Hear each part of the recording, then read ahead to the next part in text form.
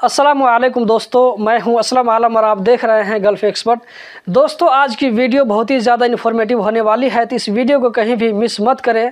आप लोगों में से बहुत सारे दोस्त पूछ रहे थे कि अगर हम कतर से बाहर अपने मुल्क में वैक्सीन लगवाते हैं, वैक्सीन लगवाने के बाद में कतर जाते हैं तो वहाँ के सर्टिफिकेट मतलब कि वैक्सीनेटेड का सर्टिफिकेट हम कैसे ले सकते हैं। तो दोस्तों, इससे पहले मेरा जवाब होता था कि कतर में जो हेल्थ मिनिस्ट्री है उससे कॉन्टेक्ट कीजिए और वहाँ से जो आपको गाइडलाइन जारी किया जाता है उस पर आप काम कीजिए। लेकिन अब मुझे इसके बारे में एक अपडेट मिला है, वही अपडेट मैं आप लोगों के साथ में शेयर करना चाहता हूं। मान लीजिए आपने अपने मुल्क में, इंडिया में, पाकिस्तान में, नेपाल या बांग्लादेश, चाहे जो भी आपका मुल्क हो, आप अपना मुल्क में वैक्सीन लगवाते हैं, कंप्लीट डोज वैक्सीन लगवाते हैं, 14 दिन भी गुजर जाता है, उसके बाद आप कतर जाते हैं। यहाँ पर आपको एक बात का ख्याल रखना होगा, अगर आप कतर से बाहर वैक्सीन लगवाते हैं, अगरचे आपको 14 दिन गुजर गया हो, अगरचे आपने कतर में अप्रूव्ड वैक्सीन लगवाया है, फिर भी आपको कतर जाने के बाद में 10 दिन का होटल क्वारंटीन या 10 दिन का मुकनिस क्वारंटीन में रहना ही पड़ेगा। उसके बाद जब आप क्वारंटीन से बाहर निकलते हैं तो बाहर निकलने के बाद जब आप कंपनी पहुंचते हैं तो वहां पहुंचने के बाद में हेल्थ मिनिस्ट्री को आपको एक ईमेल करना पड़ेगा।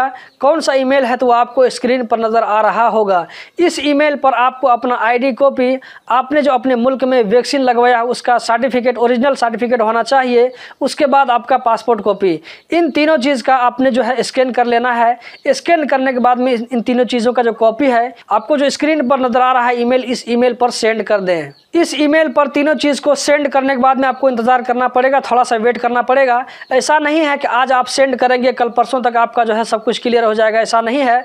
बल्कि हेल्थ मिनिस्ट्री वाले इसको देखेंगे, चेक करेंगे, उसके बाद इसको अपने सिस्टम में डालेंगे। सिस्टम में अपडेट होने के बाद में आपके एतराज़ में भी गोल्डन कलर का फ्रेम आ जाएगा, लेकिन इसके लिए आपको थोड़ा दिन इंतज़ार करना पड़ेगा।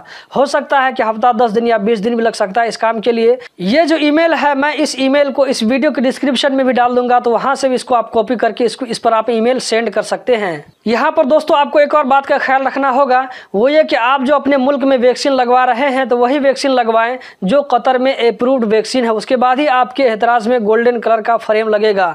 अगर आप दूसरा वैक्सीन लगवा कर जाते हैं तो हो सकता है कि आपके एतराज़ में गोल्डन कलर का फ्रेम नहीं मिलेगा। और दूसरी बात यह है कि कुछ लोग कमेंट में सवाल करेंगे कि असलम भाई वहाँ का मुझे सर्टिफिकेट कैसे मिलेगा।